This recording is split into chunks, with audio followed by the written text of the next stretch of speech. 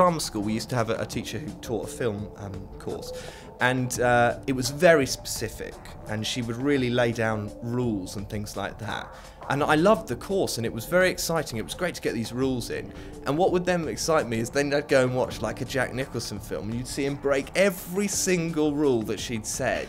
And he was just still you know, incredibly dangerous and really funny. And I think those things really stuck with me. You can watch the great Hollywood straight actors, and there'll still be something very funny about some things that they're doing. And I think that's always helpful. You've got to lighten everything, you know, because a person isn't always miserable or isn't always serious. There's always something that's, you know, a bit of life or something funny. So I think that's useful. I quite like mixing with lots of different actors as well. And comedic actors are very different from straight actors, I find. And there's different energies in the room and things, so it's good fun.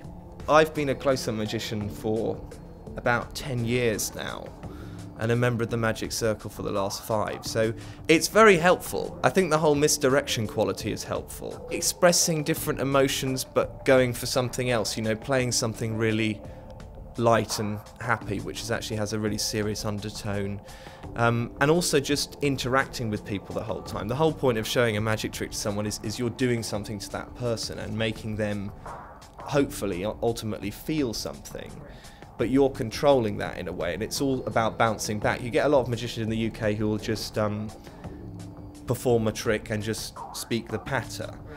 But the whole secret of it is to make sure that you're interacting with the person. So if they interrupt you, you've got to respond to what they're doing. And I think that's very useful. In a scene, for example, that's been irreplaceable for me. That's been great. In theatre, I'd love to do some Pinter. I'm a big fan of Harold Pinter.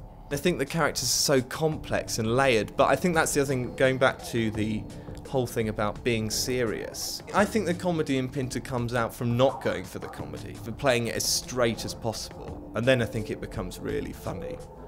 5 years from now, I'd like to be working in the States. I hope the Tribeca Film Festival will open a few more doors.